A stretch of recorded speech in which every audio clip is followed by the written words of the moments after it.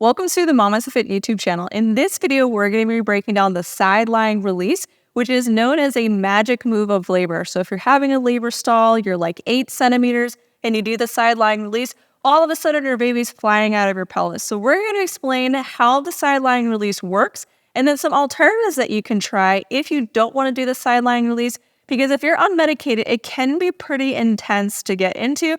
And so we're going to discuss some movements that create similar space within the pelvis that may feel more accessible to you.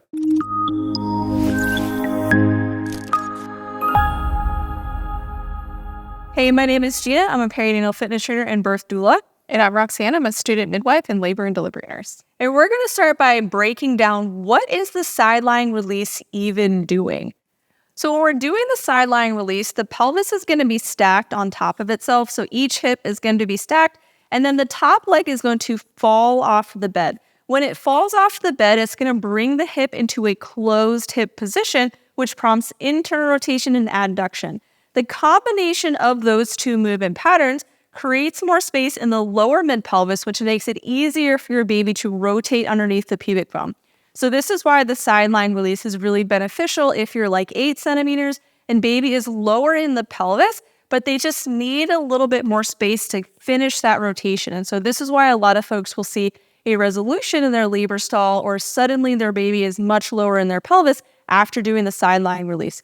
So first, we're going to break down how to do the side lying release, and then we're going to go through some different alternative movements that you can do if the side lying release is not accessible to you, or you want to try something else first. So with the side lying release, you're going to come to the edge of the bed. So you're roughly about 1 hand width from the edge. So it's pretty close to the edge. You may feel like you're about to fall off. So this is where like your partner is really helpful to prevent you from falling off of the bed. And so I like to stand belly to belly to the person that I'm doing the side lying release on. And then I'll put my hand on top of their hip, or like right a little bit in front of it without digging into this area with my thumb, which is usually a popular thing for partners to do. So I'm just going to be supporting her hip to keep it from either falling forward or rolling backwards. I'm really trying to keep it stacked on top of itself. So with that, she's going to lift her top leg up and then let it fall off the bed. And we're going to try to relax into this position. And then I'm really focusing on keeping her hips stacked on top of the other hip. So I don't want it to roll forward, and I don't want to push it so far back that her hips go backwards. So the hips are going to be stacked, and then this leg is just falling down. So with this leg coming into a closed hip position, it's prompting that internal rotation and adduction, which is creating that space in the lower mid-pelvis to help baby finish their rotation underneath the pubic bone. And so we would stay here for about 2 to 3 contractions, or until you feel a shift. That's usually the key, that like we've done what we wanted to do with the side lying release. But after you've done 2 to 3 contractions, if you still don't feel a shift, then we would roll to the other side and try the other side as well. An alternative to the side lying release is going to be using a peanut ball, which most labor suites will have one available. So you don't need to bring your own to like your birth, but if you were at home or there wasn't one available, you can also use pillows as well. So with the peanut ball, we would place it in front of you in the side lying position, and then the top leg would come on top of the peanut ball.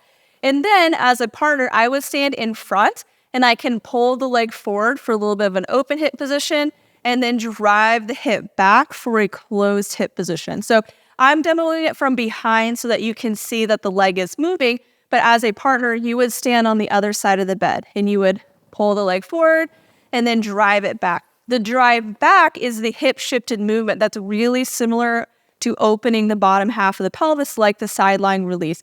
So this is a closed hip position that is creating a similar type of opening in the bottom of the pelvis, but your leg doesn't have to hang off of the bed, which can sometimes be uncomfortable or a little nerve-wracking, especially if you have an epidural. And so this position can be much more accessible to you. In another variation, you can do it without the peanut ball, and your partner can support your leg. So they'll take the top leg, they're going to bring their arm underneath, and then they'll just kind of wrap their arm in so you can rest it like that. If I lift my elbow up, she's going to come into more internal rotation. Then I'm going to bring so that the knee is more aligned with the hip, and then drop it down just a little bit, because if the legs are too wide, they're not going to feel it, and we're not going to create the type of opening that we're looking for. So the knee is going to be generally aligned to the hip, and with my hand on top of the knee, I'm just going to drive straight back to create that closed hip position, which again is prompting that internal rotation with adduction to help create space in the lower mid-pelvis to help baby finish the rotation while you are pushing, or to get underneath the pubic bone if you're like 8 centimeters. So I would do the same thing where I hold this for like 2 to 3 contractions, kind of releasing in between each contraction, and then I would switch to the other side or until I felt a shift with the movement. A more upright hip shifted position that we can do, you can either use a yoga block, which is not always readily available in a labor room, so you can also just fold a pillow in half to put underneath the knee. In this upright position, we're going to place our yoga block or folded up pillow underneath one knee, probably the left first, and then we're going to shift the weight over to that elevated hip. When you shift over, you're going to feel more of a stretch in this back hip pocket area, and then we're just going to hang out here for our 3 contractions. Again, you can do pelvic tilts here, you can just maintain a rounded position, whatever feels really comfortable for you. But again, this is also creating a similar type of space in the bottom of the pelvis to help your baby finish that rotation underneath. So if your baby is having a hard time finishing the rotation underneath the pubic bone, or like 8 centimeters and you're just quote unquote stuck there, these type of movements can be really beneficial to creating tons of space in the lower mid-pelvis to help your baby finish that rotation underneath the pubic bone. The sideline release is known as a magic move of labor, and so folks will report that someone stalled at 8 centimeters, they do it, and all of a sudden the baby's born 10 minutes later. The reason why it works is as that top leg falls, it's coming into a closed hip position with adduction, which is creating more space here in the lower mid-pelvis. That opening is creating more space underneath the pubic bone so the baby can finish their rotation. We can create similar types of opening with a peanut ball with hip shifted movements, where essentially that top hip is shifting backwards into the femur, again, creating tons of space in the lower mid-pelvis, either with the peanut ball, with your partner support, or with a yoga block or folded up pillow where you're shifting the weight over. And if you're in the hospital, your nurse can definitely help you to get into sideline release as well as any of the other hip shifted movements to kind of help baby get underneath that pubic bone and be born.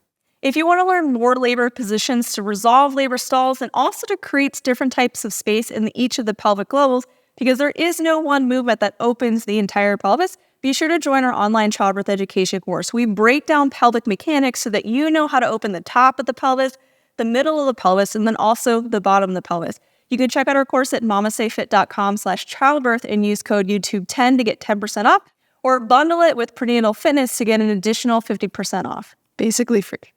If you enjoyed this video, please like and subscribe to our channel so you can be notified when we release new videos. We release 1 workout video and 1 to 2 educational videos to support you in your pregnancy, birth, and beyond.